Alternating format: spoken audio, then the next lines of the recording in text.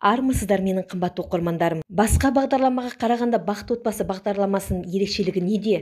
Тұрғын үй кезегінде тұрған 3 санаттағы азаматтар қатыса алады. Көп балалы отбасы, толық емес отбасы, мүмкіндік шектеулі бала тәрбиелеп отырған отбасылар қатыса алады. Достар, міндетті түрде каналға тіркелуді ұмытпаймыз.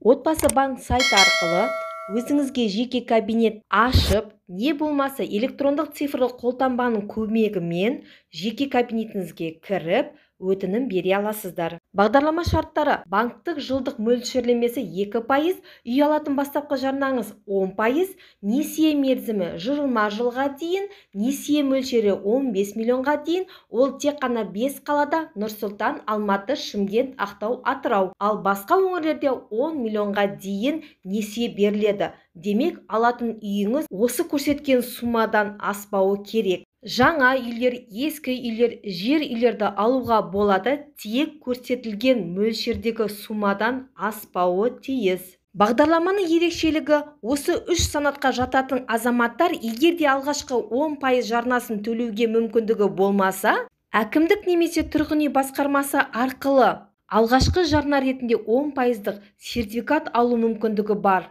Ол үшін ең алдымен банктен төлеу қабілетін растайсыз, содан кейін тұрғын үй басқармасына сертификат алуға банк сізге жолдама беру арқылы жүзеге асырылады. Бастапқы табыс көзін растау барысында негізгі табыс көзінен басқа көп балалы ана ретіндегі ай сайынға алатын мемлекеттік пособияны және де пенсия табыс көзіне кіргізу мүмкіндігі бар. Бұл бағдарламада отбасы әр мүшесіне шаққанда 3,1 күнкөріс деңгейінен аспауы керек. Алдағы уақытта міндетті түрде осы каналымда пайдалы ақпараттармен жиі бөлісіп отыратын боламын.